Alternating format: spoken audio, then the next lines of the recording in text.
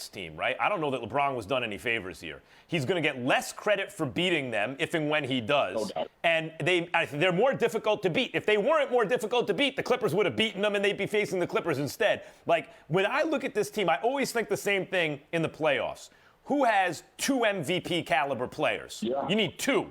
MVP, not 4-star players, not all-stars. 5-star players. Yeah. That dude is an MVP, right? Now, I looked at this team, this Nuggets team. I liked them. But I thought in the future. I look at Jokic going into this series. He's a 4.5-star player. I looked at Jamal Murray. He's a 4-star player. I looked at Porter Jr. That's a 3.5-star player. They're all going in the right direction, but that's not enough. But my man, in these playoffs, Jokic is a 5-star player. Jamal Murray is a 5-star player. They got 2 MVP caliber players on this team right now, and the Lakers have no soft touch here in the conference finals. Oh, not even close. And let's not mention if a 6'10" Michael Porter Jr. get going. Like, listen, this is not a favorable matchup for most teams in the NBA. As much as people wanted to see the Clippers and the Lakers and the cachet of that game, the names, the star-studded, let's not kid ourselves. We'd have been more excited. But from a basketball matchup standpoint, the Nuggets are a better matchup against the Lakers than the Clippers were. Now, go ahead. Swagoo, I got you. I got 5 more minutes with you, and you're faunted as an ESPN NFL analyst because you can talk about anything. Obviously, I want to talk to you about something because I know you and me are going to go at it because we've already been at it on First Take about this. I thought it was smart for Bruce Arians to call out Tom Brady, and the fact that it has been reported that Montrezl Harrell and Paul George were getting into it, and that the team didn't have chemistry all year. By the way, that's not a secret that the Clippers didn't really have chemistry. And there's been a lot of criticism about this team that they I hate the word prioritized, but it's useful here. That their priority throughout the season was load management and this and that, and just get ready for the playoffs as though the regular season doesn't matter. First, let me say very clearly for everyone listening, the regular season does not matter in the NBA. It is only significant insofar as it prepares the teams the good teams. If you don't make the playoffs in the NBA, give me a break. There's 16 slots out of 30. You have a better than 50-50 chance of making it. Tells you how sorry the Knicks have been. Anyway, regular season's just about getting yourself ready for the playoffs. Now, you may say that, well, look, the load management and everything, you overdid it in the regular season and thought you could, and that was a mistake. You needed to care a little less about load management, a little bit more about chemistry. You have to kind of calibrate that better if you're the Clippers. But I'm not trying to hear, they thought the regular season didn't matter and they could turn it on. No. The regular season doesn't matter. But no, you can't just turn it on. The whole point of the regular season is getting yourself ready for the real season, the only season that matters in the NBA. Doesn't mean I don't like watching regular season games. I do. It's great. NBA is great. But any decent team is going to make the playoffs. Any team you really got to be paying attention to, they're in the playoffs when the season starts. So what about the Phoenix Suns? Yes, in a weird kind of year, the Phoenix Suns go undefeated in the bubble and yet fail to make the playoffs. But next year, if Devin Booker, if his improvement is real, which there's no reason to think it's not given his age and talent and skills and motivation, then and DeAndre Ayton can continue to be a not just useful, but an ascending big, then there's no reason to think the Suns won't be in the playoffs next year. And don't take what I'm saying too literally. There is such a thing as an interesting team that doesn't make the playoffs in like a very deep Western Conference, but not a team that was going to be able to win a championship or anything like that. Anyway, the point about the Clippers is this.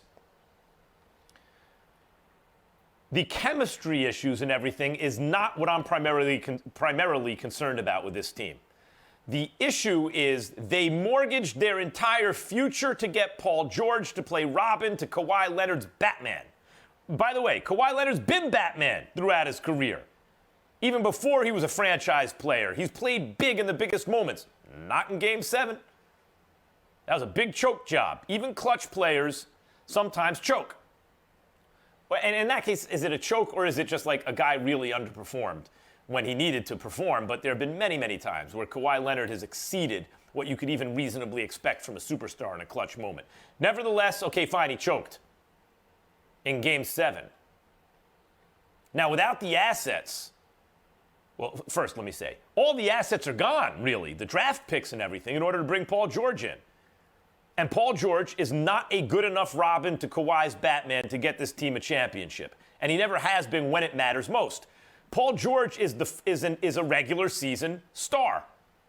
And in the playoffs, he's useful because his skills are so varied. You know, like on offense and defense, he can kind of do everything you want him to do. But he plays worse than his best self under pressure consistently. So what that means is Kawhi plus Paul George, you need a third guy who's an all-star caliber player, and under pressure is Kawhi's real ace, is Kawhi's real crime partner. And then Paul George becomes a jack of all trades because that's what he's been. And that's all you can reasonably expect. If he exceeds that, good for him. But what you can expect when you're making a team based on Paul George's whole history is anything we get under pressure from him is gravy. First 82, he's really useful. Once the playoffs start, we get extra star play from him. That's gravy. Otherwise, he's kind of a Swiss Army knife player who can switch and defend and hit a three and do some things we need him to do. But we can't rely on that. So who do the Clippers have to go out and get? Like, do you trade Paul George? I don't think you can get another guy who's like Paul George's level, but then is good under pressure for Paul George because you think the rest of the league doesn't also know what Paul George is? So, or has been. I'm not saying he's like doomed to be that forever, but that's what you can reasonably expect at this point in his career, if past his prologue. So, what do you do if you're the Clippers without the draft picks, without trading Paul George? What do you do?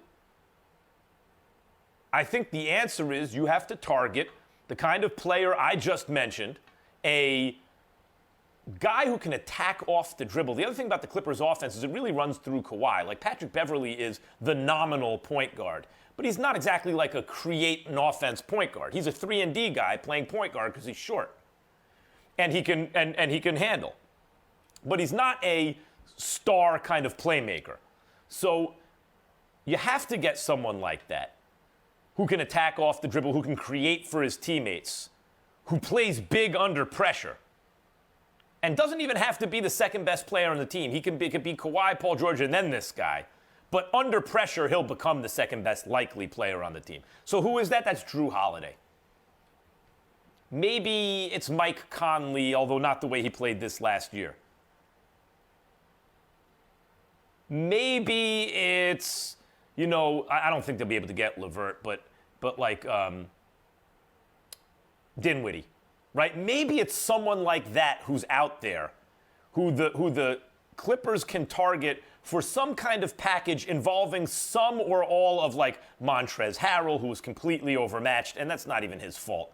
Jokic is a superstar, and he abused Montrezl Harrell in this series. But Harrell's a good player.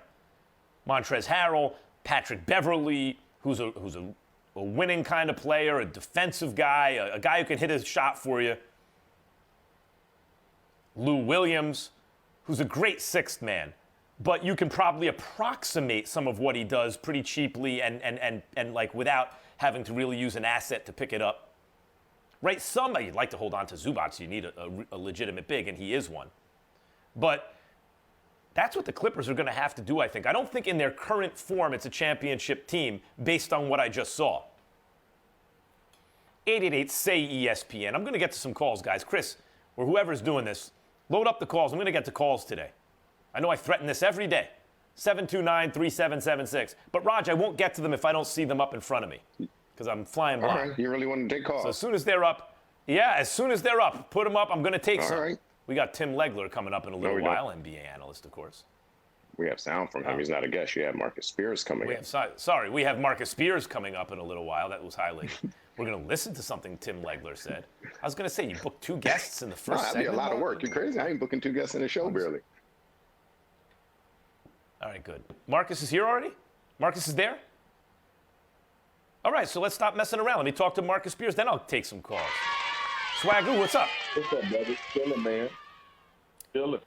This is, by the way, in case you're interested, this is Straight Talk Wireless, everything for less only at Walmart.